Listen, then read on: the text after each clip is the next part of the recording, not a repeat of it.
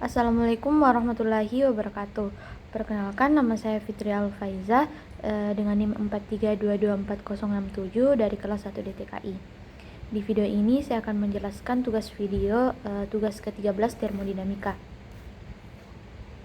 Jadi langsung saja soal yaitu 1 kilomol gas karbon monoksida yang dianggap gas ideal dengan kapasitas panas tekanan konstan yaitu Cp-nya 29,1 kg per kilomol dan Cv-nya itu 20,8 kJ per kilomol berada pada tekanan 2,5 MPa dan suhu 800 Kelvin yaitu keadaan 1.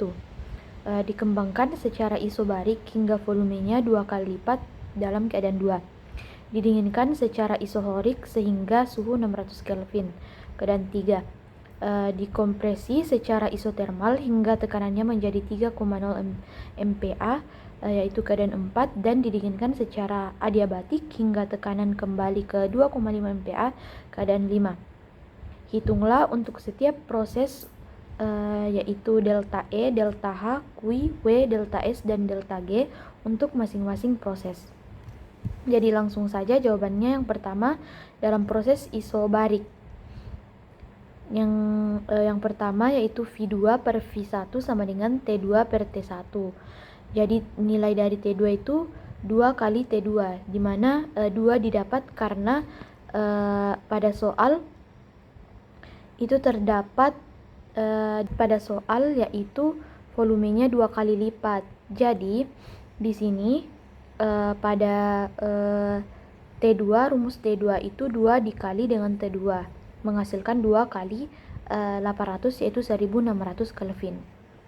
Selanjutnya itu delta U dengan rumus N dikali CV dikali T2 kurang T1, di mana nilai N sudah diketahui pada soal yaitu 1, nilai CV itu yaitu 20,8 dikali dengan T2 yang telah didapatkan sebelumnya yaitu 1600 dikurang dengan T1 itu 800 menghasilkan 16.660 kJ.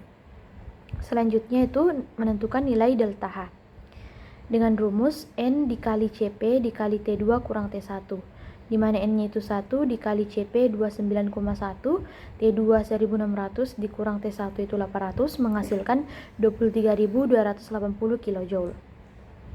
Selanjutnya yaitu menentukan nilai W dengan menggunakan rumus gas ideal P sama dengan V2 kurang V1 atau N dikali R dikali dengan T2 dikurang T1, di mana nilai N-nya itu 1, R-nya itu 8,314 dikali dengan T2 1600 dikurang dengan T1 800 menghasilkan 6.651 kJ. Selanjutnya itu menentukan nilai Q yaitu menggunakan rumus delta U ditambah W, yaitu nilai dari delta U yang telah didapatkan sebelumnya dan nilai W yang didapatkan sebelumnya itu dijumlah menghasilkan 23.291 kJ. Selanjutnya itu delta S dengan rumus N dikali Cp dikali ln T2 per T1. N-nya itu 1 dikali dengan nilai Cp itu 29,1 ln T2 per T1 itu ln 1600 per 800 menghasilkan 29,1 ln 2, di mana nilai dari ln 2 yaitu 0,693. Jadi hasilnya itu 20,17 kJ per Kelvin. Selanjutnya menentukan nilai dari delta G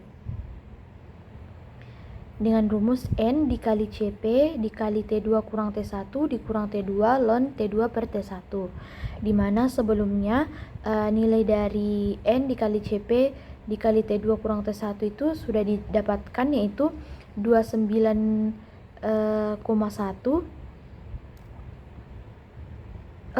23,280 lalu langsung dikurang dengan 1600, lalu nilai dari ln 2 yaitu 0,693 dikalikan dengan 1600 menghasilkan 1,108,8, lalu dikalikan dengan nilai yang telah didapatkan sebelumnya yaitu 23,280 menghasilkan minus 1,157,52 kJ.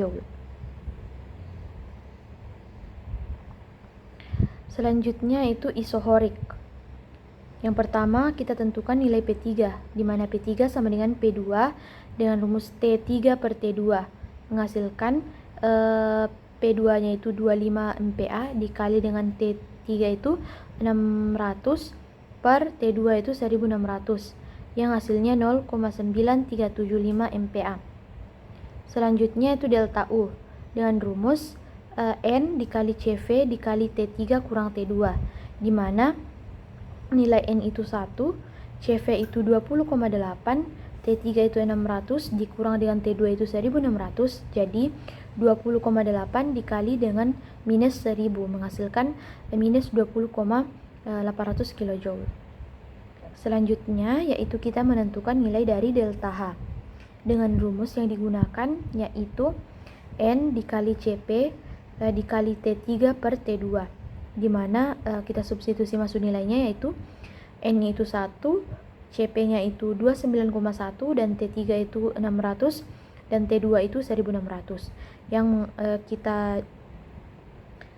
kita jumlah menjadi minus 29,100 kJ. Pada isohorik nilai W itu sama dengan 0. Selanjutnya kita menentukan nilai delta S-nya dengan rumus N dikali CV dikali ln T3 per T2.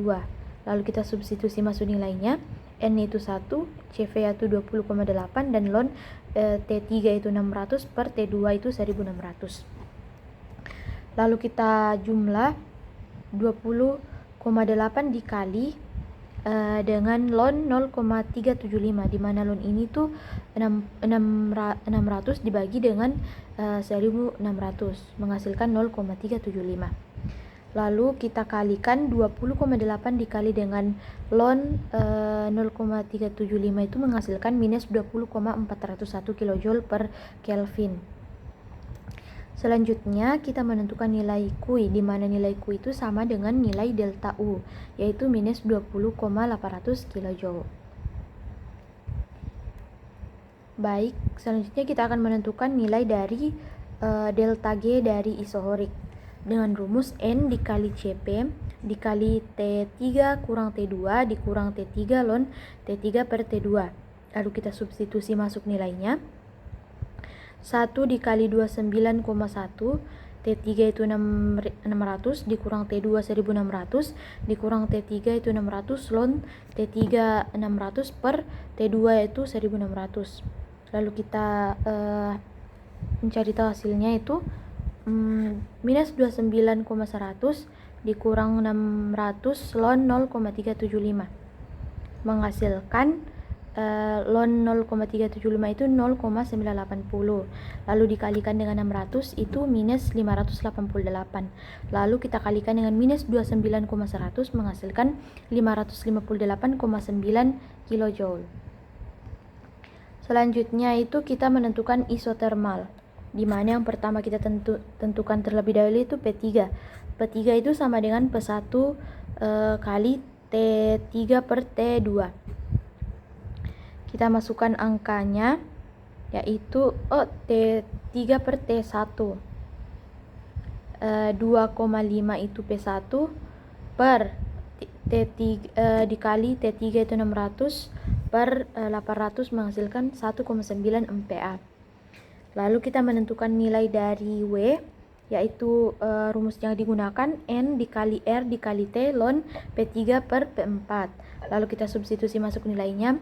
1 dikali R-nya itu 8,314 dikali T-nya 600 dikali ln P3 itu yang telah didapatkan sebelumnya di atas, yaitu 1,9 MPa per P4 yang telah diketahui sebelumnya pada soal, yaitu 3, yang menghasilkan minus 2,494,2 kJ.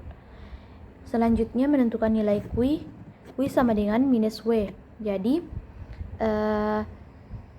nilai W itu sama dengan Q, yaitu hasilnya 2,494,2 kJ. Delta U dan delta H itu masing-masing nilainya 0. Selanjutnya kita menentukan nilai delta S dengan rumus Q per T, di mana nilai Q yang telah didapatkan yaitu 2,494,2 dibagi dengan T yaitu 600 menghasilkan 4,157 kJ per Kelvin. delta G yaitu 0 dikurang rumusnya itu 0 dikurang T dikali delta S, yaitu 0 dikurang 600 itu menghasilkan minus 600, lalu dikali dengan delta S yang telah dapatkan sebelumnya yaitu 4,157 menghasilkan minus 2,494,2 kilojoule. Selanjutnya proses adiabatik. Yang pertama kita cari tahu yaitu P4.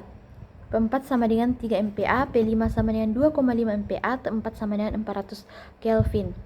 Rumus yang digunakan Y sama dengan CP per CV, di mana CP yang telah diketahui yaitu 29,1, CV yaitu 20,8 menghasilkan 1,39. Selanjutnya kita menentukan nilai T5. T5 yaitu 600 dikali P5 per P4 pangkat Y kurang 1 per Y, di mana 600 dikali dengan P5 yaitu 2,5 dan P4 yaitu 3 pangkat 0,2857 menghasilkan 600 kali 0,817 yaitu 490,2 Kelvin. Selanjutnya menentukan nilai delta U yaitu 20,8 dikali dengan 490,2 yang yaitu T5 kurang dengan 600 menghasilkan minus 2,283,84 kilojoule. Nilai delta H itu menggunakan rumus yang sama yaitu 29,1 dikali dengan 490,2 dikurang 600 menghasilkan minus 3,195,18 kilojoule, di mana pada proses adiabatik nilai Q-nya itu sama dengan 0 karena dia itu adiabatik. W, selanjutnya menentukan nilai W. W itu sama dengan delta U yaitu minus 2,283,84 kilojoule sama dengan nilai delta U. Selanjutnya nilai delta S itu 0 karena adiabatik itu reversible. Yang terakhir menentukan nilai delta G, di mana rumus yang digunakan yaitu delta H kurang T5 dikali delta S, di mana delta H-nya itu minus 3,195, di mana hasil yang didapatkan dari rumus tersebut yaitu minus 3,195,18 kilojoule. Jadi itu jawaban dari soal termodinamika tugas 13. Sekian dari saya, kurang lebihnya mohon dimaafkan. Wassalamualaikum warahmatullahi wabarakatuh.